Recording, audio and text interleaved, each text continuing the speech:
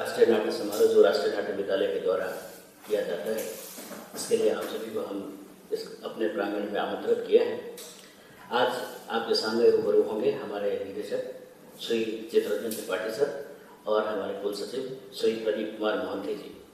तो मैं सबसे पहले प्रदीप कुमार मोहंती सर और हमारे बीच हमारे फेस्टिवल के हेड श्री सुमन गांधी जी हैं, ये भी आपको आपसे संबोधित करेंगे।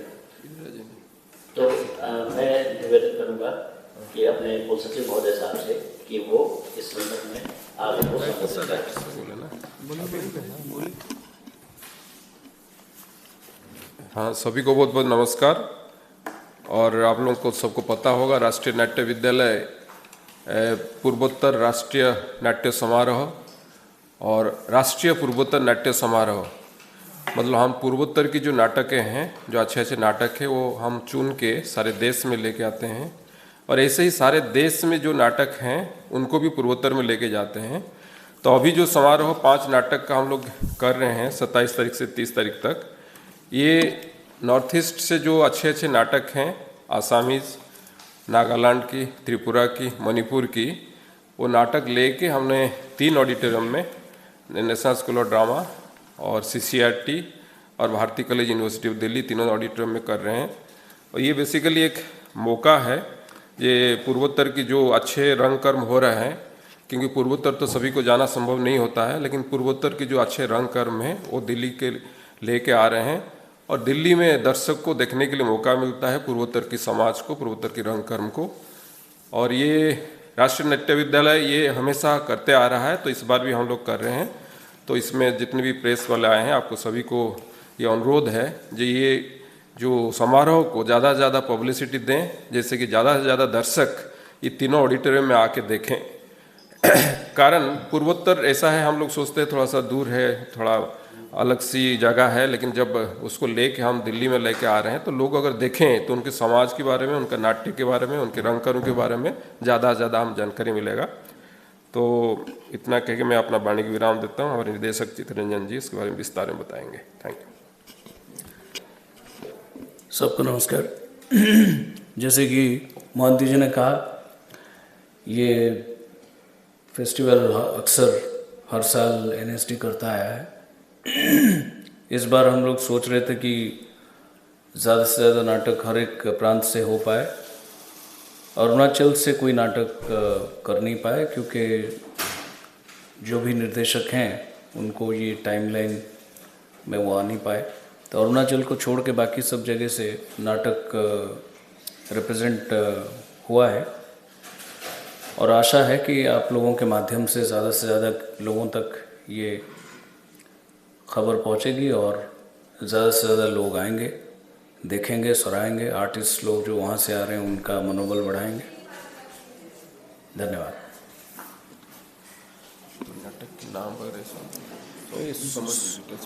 तो सुमन जी हमारे फेस्टिवल सेल के हेड हैं, सुमन वैद्य जी, वो आपको डिटेल्स बताएंगे कौन से नाटक कहाँ से आया है और किस डेट में कहाँ हो रहा है। और डिसेंट्रलाइज करने के लिए, जैसे हम ज़्यादातर मंडी हाउस में करते हैं, डिसेंट्रलाइज करने के लिए इस बार हमने द्वारका में CCRT की जो ऑडिटोरियम है वहाँ कर रहे हैं, यहाँ कर रहे हैं, और जनकपुरी में एक कॉलेज में वहाँ के ऑडिटोरियम में कर रहे हैं, ताकि जो लोग आ रहे हैं वो ज़्यादा से ज़्यादा अलग अलग हिस्से में जाकर नाटक को खेल पाएँ। नाट्य समारोह, जैसा कि नाम से ही पता चल रहा है आप लोगों को कि इसमें हमारा जो प्रोविज़न है वो ये है कि पूर्वोत्तर के नाटक अन्य राज्यों में, देश के अन्य राज्यों में इनका समारोह किया जाता है।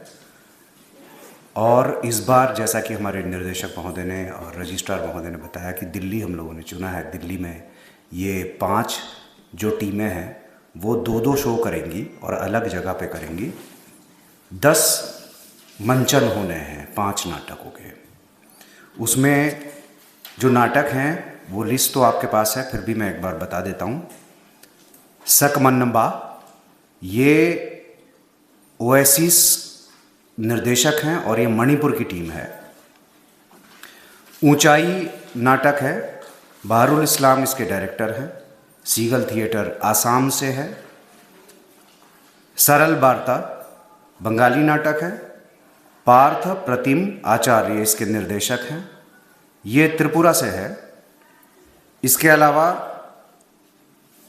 द कास्ट ऑफ लोंगटी विलेज, ये नागालैंड से नाटक है जिसके निर्देशक है बेंडांग वॉलिंग। उसके बाद है प्ले मूर आई गहरी पुवालिट्टू, यह असमीज नाटक है जिसके डायरेक्टर हैं प्रांजल के सैकिया और ये आसाम का ग्रुप है। तो ये 5 नाटकों के 10 शो होने हैं, जिसमें से 27, 28, 29, 30 4 दिन हम लोग NSD कैंपस में कर रहे हैं। 2 दिन जनकपुरी में कर रहे हैं 27 और 28 तारीख को भारती कॉलेज सभागार में। उसके अलावा CCRT द्वारिका में कर रहे हैं 4 दिन का 27 से लेकर 30 तारीख तक। तो जैसा कि आप लोगों ने देखा होगा कि 10 शो का प्रोविज़न इसमें किया गया है। एक नाटक यहाँ होगा, अगले दिन वो दूसरी जगह पर होगा। जो दूसरी जगह का नाटक है वो अगले दिन यहाँ होगा। ऐसे एक्सचेंज करके पूरे 10 शो हम लोगों ने प्लान किए हुए हैं।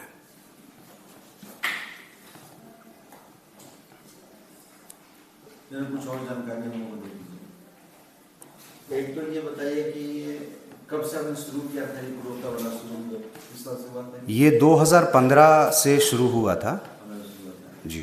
कितने राज्यों में आप लोग अब तक कर चुके हैं? जैसा कि हर साल हम लोग 3 राज्य चुनते हैं, तो उस हिसाब से 15 से लेकर के अभी तक, बीच में कोविड के कारण नहीं हुआ था, तो कम से कम 20 एक सिटीज़ तो हम लोग कवर कर चुके हैं। हम लोग जो करते थे इसकी, क्योंकि भारत सरकार का एक नॉर्थ ईस्ट का ग्रांट मिलता था, तो हमने 3 किस्म का फेस्टिवल करते थे। एक था राष्ट्रीय पूर्वोत्तर। राष्ट्रीय पूर्वोत्तर में सारे देश की जो सिलेक्टेड नाटक से वो लेके नॉर्थ ईस्ट में करते थे। और एक होता था पूर्वोत्तर राष्ट्रीय। पूर्वोत्तर की जो अलग अलग राज्य हैं उनमें से जो अच्छा रंग कर्म है उसको लेके देश भर में 3-4 राज्यों में हम करते थे। और एक करते थे नेशनल थिएटर फेस्टिवल, जो कि वहीं की फेस्टिवल वहाँ पे पूर्वोत्तर नाट्य समारोह वहाँ करते थे। तो ऐसे 3-4 किस्म का फेस्टिवल हम करते थे। लेकिन ये कोविड से पहले तक ही होता था, जब तक नॉर्थ ईस्ट के ग्रांट्स हमें मिलते थे। उसके बाद लेकिन नॉर्थ ईस्ट की काम होना चाहिए, तो इसलिए हम लोग अपना जैसे ही कोविड के बाद शुरू हुआ तो हम लोगों ने ये वाला जो फेस्टिवल किया। इस साल हमने पूर्वोत्तर राष्ट्रीय इसको कर पा रहे हैं, लेकिन और जो राष्ट्रीय पूर्वोत्तर ये सब चीज़ें हम नहीं कर पाए। पूर्वोत्तर राष्ट्रीय इस बार हुआ है। अदरवाइज ये नॉर्थ ईस्ट में लगभग सभी स्टेट्स में हम कर चुके हैं। और ये जो पूर्वोत्तर राष्ट्रीय है वो भी इंडिया की महाराष्ट्र से शुरू करके राजस्थान, पंजाब, दिल्ली, चंडीगढ़, ऐसे मध्य प्रदेश, बहुत सारे राज्यों में किया हुआ है। एग्जैक्ट नंबर्स तो हमें अभी देखना पड़ेगा, लेकिन लगभग सारे भारतवर्ष में ही किया हुआ है। सभी में 30-32 ऐसा राज्यों में कर नहीं, 20 के करीब राज्य आप लिख सकते हैं जी। दूसरा थोड़ा बताइए कि जो नाटक हो रहा है इसके कुछ थीम, कुछ अगर आप पता हो, कुछ किस विषय का हो, तो आप दर्शकों को जानने के लिए इस विषय का हो। नहीं, इसमें बहुत वेरिएशंस हैं। बहुत मॉडर्न नाटक भी हैं, रिलेशनशिप्स के ऊपर है नाटक, अकेलेपन के ऊपर नाटक हैं, और अलग अलग वो लोग अपने अपने कल्चर को लेकर के, जैसे मणिपुरी नाटक है तो आपको मणिपुरी पूरा उसका एटमॉस्फेयर आपको उसमें मिलेगा, और वहाँ के कल्चर पे बेस्ड है बेसिकली। तो इसी किस्म से, क्योंकि वैरायटी है, 5 के 5 नाटक एक दूसरे से बिल्कुल अलग हैं, और जिसके अंदर मॉडर्न, जैसा कि मैंने कहा, ट्रेडिशनल भी आपको देखने के लिए मिलेगा। तो ये दोनों ही चीज़ों का कॉम्बिनेशन है इसके अंदर। नहीं, वहाँ की अलग समस्या हो, उसको कोई नाटक हो, या CA को लेकर कोई नाटक ऐसा कुछ है? नहीं, CA वगैरह ऐसे विषय पर CA पे तो नाटक करने के लिए अगर ये अगले साल हम करेंगे तो आ जाएगा कोई CA पे। CA अभी डिक्लेयर हुआ है, तुरंत उठा है वहाँ के, तुरंत कोई नाटक CA पे तो करने के लिए समय चाहिए। जनजीवन को जो प्रभाव नाटक के सारे ब्रेक इनके पास है, जो डायरेक्टर लिख के देते हैं, उसको आप के साथ शेयर कर देंगे। वो मैं आपके पास आया है सारा, तो उसका इमीडिएटली हो जाता है 10 मिनट का, किसी भी चीज़ के विरोध में या पक्ष में। तो आप जैसे सीएए का नाम ले रहे हैं, तो सीएए के ऊपर नाटक करने के लिए प्रोबेबली नेक्स्ट ईयर शायद उसके ऊपर कोई आ जाएगा। बट अभी जो मंचित नाटक उन्होंने पहले किया है उसमें से चुने हुए अच्छे नाटक आए हैं। तो यानी कि यही हुआ कि जो नाटक मान लीजिए एटलीस्ट 6 महीने पहले तक हो गया हो, उन्हीं में से। तो उसमें ये टॉपिकल जो प्ले है, मान लीजिए जैसे आपने कहा सीएए, वो तो टॉपिकल है। तो वो हालांकि जो है आपको मैं भेज देंगे। एक क्षेत्रीय लैंग्वेज है और क्षेत्रीय कलाकार हैं। बहारुल इस्लाम जी जो कि बहुत बड़े निर्देशक हैं, असम में ज़्यादातर उन्होंने काम किया है, अदरवाइज़ नेशनल लेवल पे भी बहारुल जी का बहुत नाम है। उनका नाटक हिंदी में है, असम के पृष्ठभूमि पे, और उनका ग्रुप भी वहीं का है, लेकिन नाटक की भाषा उसमें हिंदी है। उसे छोड़ के बाकी कोई भी नाटक हिंदी में नहीं है, बाकी सब अपने अपने प्रांतीय क्षेत्रीय भाषा में है। दर्शकों की सुविधा के लिए क्या क्या है, किस तरह से आने के लिए? हिंदी तो फ्री है, तो सीटी की क्या व्यवस्था होगी, कैसे होगी? पहले आओ पहले पाओ, और दर्शकों की सुविधा हो तो कुछ हम कर नहीं पाते हैं कि बस भाड़ा दे दें या ट्रेन भाड़ा दे दें या सवाल ये था कि पास के थ्रू है या फिर तो पास वही है कि पहले आओ पहले पाओ। अगर निःशुल्क जब होता है, जो पहले आते हैं पास कलेक्ट कर लेते हैं, उसका फिर सीट नंबर उसी तरह से हो जाता है। और दूसरा है कि प्रेस के लिए तो अलग होता है, इन्वाइटीज़ के लिए अलग होता है, वो तो ब्लॉक्ड रहता है, हर एक जगह हर एक शो में होता है। पर उससे छोड़ के जो दर्शक हैं, जब आप निःशुल्क करते हैं तो फिर जो पहले आके पास ले जाएंगे वही देखेंगे। इसके अलावा तो हाँ, एंट्री फ्री है। एंट्री फी पहले आओ पहले पाओ, पहले आओ पहले पाओ में जो पहले आ गए हैं, तो ऑडिटोरियम में जो कैपेसिटी है हमारे, जो भी आ जाएंगे उनको हम स्थान देंगे। सिलेक्शन प्रोसेस क्या रखा आपने, कैसे सेलेक्ट किया नाटक? सिलेक्शन प्रोसेस आप बताइए। मेरे ख्याल इसमें जो पहले हम लोगों ने तय किया था कि भारत रंग महोत्सव में जितनी भी हमारी एंट्रीज आई हैं, उसमें से जो नॉर्थ ईस्ट के प्ले हमारे सेलेक्ट नहीं हुए हैं, लेकिन अपर साइड में मार्किंग वाइज मान लीजिए 1 मार्क में रह गया, सो उस तरह से इन्होंने उस तरह से किया। कुछ एक डायरेक्टर साहब ने कमेटी बनाई हुई थी, constituted committee with approval of the chairman. कुछ नाटक जब हमें बिल्कुल नहीं मिले तो कुछ नाटक वहाँ से किए। सर, ये जो ओकेजन चुना गया है, मुझे जैसा लगता है कि विश्व रंगमंच दिवस जो है 27 मार्च को लेकर एक पूर्वोत्तर का एक राष्ट्रीय नाट्य समारोह मनाया जा रहा है। तो इसमें जो नाटक चुने गए हैं और विश्व रंगमंच है, तो मैं चाहूँगा कि 2 शब्द विश्व रंगमंच को लेकर और राष्ट्रीय नाट्य विद्यालय की जो योजनाएं हैं कि कम से कम भारत में कई जगह आप जो है वो काम कर रहे हैं, इसको विकेंद्रित करने के लिए और जगह फैलाने के लिए। पूरा वर्ल्ड एक रंगमंच ऐसा लोग बोलते हैं, हमारे लिए रंगमंच ही वर्ल्ड है। तो विश्व रंगमंच दिवस पर ये जो फेस्टिवल हो रहा है, उसका एक ही मकसद है कि नाटक नाटक और नाटक, रंगमंच रंगमंच, रंगकर्म और रंग, बेहतर से बेहतरीन कलाकार आएँ और आपके सामने, समाज के सामने अपने जो भाव है, जो हुनर है, वो सबको लेकर नाटक को प्रस्तुत करें। यही है विश्व रंगमंच दिवस जो है, उसका मकसद ही यही है कि ये एक शायद एक सिंबॉलिक टोकनिज्म है समाज के लिए कि रंगमंच समाज का एक बहुत अटूट हिस्सा है। तो समाज को हम बताते हैं कि अगर फादर्स डे बन सकता है, मदर्स डे हो सकता है, तो विश्व रंग दिवस भी होना चाहिए। लेकिन एनएसडी जब कुछ करता है उससे ऊपर, उससे परे जाके, क्योंकि जैसे मैंने कहा हमारे लिए तो हमारा रंगमंच ही पूरा वर्ल्ड है, तो हमारे लिए तो रोज़ विश्व रंगमंच दिवस है।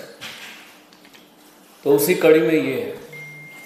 भाषा की दृष्टि से अगर पूर्वोत्तर की जो भाषाएं हैं, 8 सिस्टर्स हैं, तो भाषा की दृष्टि से कुछ बताएंगे कि कितने भाषाओं को इसमें समावेशित किया गया है? जैसे कहा गया, अलग अलग प्रांत से जो नाटक हैं प्रांतीय भाषा में कर रहे हैं, अरुणाचल से कोई नाटक इस बार जिनको भी कॉन्टैक्ट किया गया था वो समर्थ थे उस डेट्स को लेके।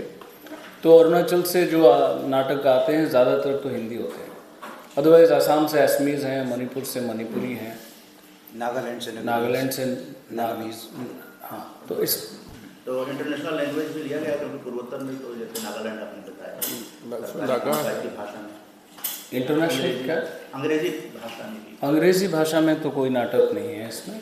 अंग्रेज़ी भाषा में तो सब करते हैं, तो अंग्रेज़ी भाषा में जो लोग कर रहे हैं वो कर रहे हैं। तो हम एक्चुअली लोकल से ग्लोबल होना चाहते हैं, ग्लोबल होना चाहते हैं।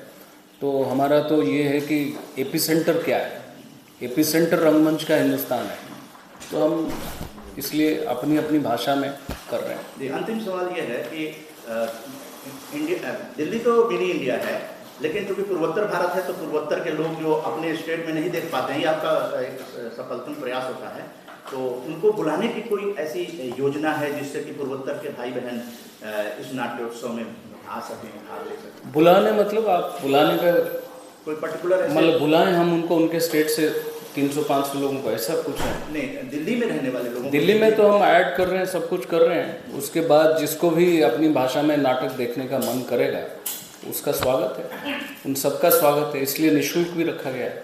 खाली उनको इतना कष्ट करना पड़ेगा कि मेट्रो लेके या गाड़ी ड्राइव करके या बस में बैठ के यहाँ तक आना पड़ेगा।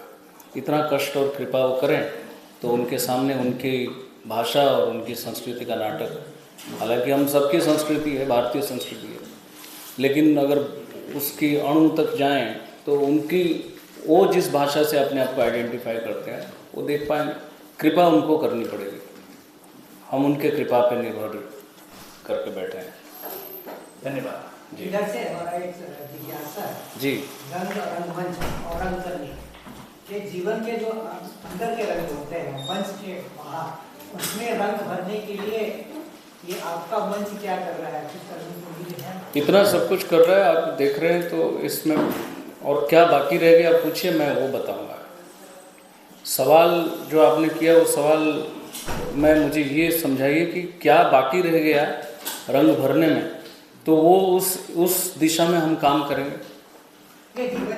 जो जीवन, हाँ जी, जो मान लीजिए मैं एक एक्टर हूँ, मैं किरदार कर रहा हूँ स्टेज पे, स्टेज से परे जब जाके विंग्स में खड़ा हूँ तब मैं सोच रहा हूँ कैसा हो रहा है, अब 3 सीन रह गया, अब अच्छा होना चाहिए, या कई बार लगता है अच्छा नहीं हो रहा है, कैसे जाके उठाऊँ नाटक को। ये सब होते होते उसके सबकॉन्शियस में और भी पता नहीं क्या क्या चलता है, यही तो रंग है। फिर उसके बाद जब वो रंग उतार रहा होता है उसमें उसकी निगाह रहती है कि मिरर में कौन कौन आए मेरी जान पहचान के, मुझे देखा नहीं, मुझे हेलो नहीं किया, वो भी एक तरह का रंग है। उसके बाहर निकले बस पकड़नी है या गेस्ट हाउस जाना है, वो भी एक रंग है। तो जीवन तो पूरी तरह से एक नाटक है। तो नाटक तो पूरा जब तक आप जिंदा है तब तक नाटक चल ही रहा है। तो रंगमंच पे आप स्पेसिफिकली वही करने जाते हो जिस टॉपिक पे उस दिन आप परफॉर्म कर रहे हैं। उसके अलावा जीवन जब तक है वो इतना विस्तृत है, इतना विस्तार है उसका, तो उसमें तो आप रोज़ पता नहीं कितने रस खेलते हैं और रोज़ पता नहीं कितने किरदार निभाते हैं, जिसको हम रोल प्लेइंग कहते हैं। मान लीजिए मैं एक 50 साल का आदमी हूँ, मैं किसी का पति हूँ, किसी का पापा हूँ, किसी का पुत्र हूँ, और यहाँ आके निर्देशक NSD का हूँ। फिर चेयरमैन साहब आएंगे तो उनके सामने मैं उनके नीचे हूँ। फिर अगर मंत्रालय जाऊँ तो वहाँ मेरा किरदार अलग होगा। फिर उसके बाद मान लीजिए प्रेसिडेंट ऑफ इंडिया के सामने, महामहिम के सामने जाऊँ तो मेरा किरदार अलग होगा। तो एक ही व्यक्ति कितने सारे किरदार प्ले करता है जीवन में, तो वो तो चलता रहता है। अगर कहीं कुछ बचा है जो NSD कुछ कर सकता है वो कहेंगे तो उस पर हम लोग विचार करेंगे। ये आपका 3 दिन या 4 दिन का कार्य करता है, इसमें सर्वश्रेष्ठ नाटक या रंगकर्मी को आप कुछ आर्थिक मदद करेंगे? आर्थिक मदद किसको? रंगकर्मी। हाँ, वो जो कर रहे हैं उनको जो फी मिलना है वो तो सब हो रहा है, वो फी मिल रहा है, आने जाने का मिल रहा है, सब कुछ हो रहा है। जो सरकार हमने जिस तरह से निर्देश किया है कि इतना पैसा राशि मिलनी चाहिए, वो ब्लैक एंड वाइट में है, वो आर्थिक मदद तो है ही, वो तो दैट गोज विदाउट सेइंग, वो तो है ही। और ये समारोह है, कंपटीशन नहीं? हाँ, कंपटीशन नहीं है, ये समारोह है। और हमारा जो भारत रंग महोत्सव भी होता है वो समारोह है, जबकि विश्व का सबसे बड़ा नाट्य उत्सव है, महोत्सव है, महाकुंभ है नाटकों का, पर वहाँ भी कोई कंपटीशन नहीं है, क्योंकि इसमें एक्चुअली रिप्रेजेंटेशन मैक्सिमम लोगों का रहे, मैक्सिमम जॉनर का रहे, उस तरह से उसको डिज़ाइन किया गया है, तो उसमें कोई कंपटीशन नहीं है जी। और कुछ? नमस्कार जी। बस मार्च आ रहा है, यही सच है, क्योंकि यही एक ईयर में हमारा जो ईयर शुरू होता है अप्रैल टू मार्च, ठीक है, अब मैं डिप्लोमेटिकली नहीं बोल रहा हूँ, अप्रैल टू मार्च में हमें कुछ हमारा जो करिकुलम है उसको पूरा करना है। कोविड की वजह से थोड़ा अस्त व्यस्त हुआ था, चीज़ें थोड़ी दिक्कतें थी, तो उसको सबको सुधारते संभालते हुए नेक्स्ट ईयर शायद बहुत और डिफरेंट, जैसे इस बार हम नॉर्थ ईस्ट में ही लेके जाना चाह रहे थे, लेकिन वो हो नहीं पा रहा था, बहुत सारे कारण हमारा, क्योंकि वहाँ पे इंफ्रा नहीं है, हम यहाँ हैं, तो वो सब देखते हुए हमने यहाँ किया। हो सकता है नेक्स्ट ईयर हम इन्हीं नाटकों को चेन्नई में करेंगे या त्रिवेंद्रम में करेंगे, ताकि देश के बिल्कुल एक अलग हिस्सा उसको देखने, जो ये करते आए हैं हमेशा। मैं तो नया हूँ, और जैसे रजिस्ट्रार साहब ने, सुमन जी ने बताया कि हर साल ऐसे ही होता है, लेकिन इस बार हमने दिल्ली में किया कि चलो दिल्ली के दर्शक को दिखाते हैं, क्योंकि एक तो दिल्ली में NSD है, तो हम इसको सुचारू रूप से कर पाएंगे, नहीं तो अदरवाइज हमारी प्लानिंग में था कि किसी दूसरे उसमें लेके जाना है। तो NSD में, क्योंकि जीवन एक अपने आप में महोत्सव है, तो NSD महोत्सव में विश्वास रखता है। एक तो एकेडमिक्स का महोत्सव चलता है 3 साल, इसके अलावा TI वालों का महोत्सव चलता है 10 से 5 रोज़, कहने के लिए 5 लेकिन हो जाता है 8, कभी 9। रंगमंडल वालों का महोत्सव चलता है सुबह 9 से रात के 9, फिर ये लोग कहीं जाते हैं, जाके नाटक करके वो एक महोत्सव चलता है। तो महोत्सव जीवन महोत्सव है, तो उस महोत्सव की कड़ी में ये एक महोत्सव है, तो इसमें जल्दी या देर की बात नहीं है। बात ये है कि अगर हम 31 मार्च को नहीं करते तो इस साल ये नहीं कर पाते, इस साल मतलब इस फाइनेंस ईयर में नहीं कर पाते। तो कोविड की वजह से जो अस्तव्यस्तता शुरू हो गई थी, वो धीरे धीरे हम ठीक कर रहे हैं। नेक्स्ट ईयर शायद थोड़े बीच में व्यवधान होगा या कुछ होगा, बट व्यवधान हो या ना हो उससे क्या फ़र्क पड़ता है। ये तो वही वाली बात है कि अभी अभी वर्ल्ड कप क्रिकेट का ख़त्म हुआ है, फिर 2020 शुरू कर दिया तो ये है जी।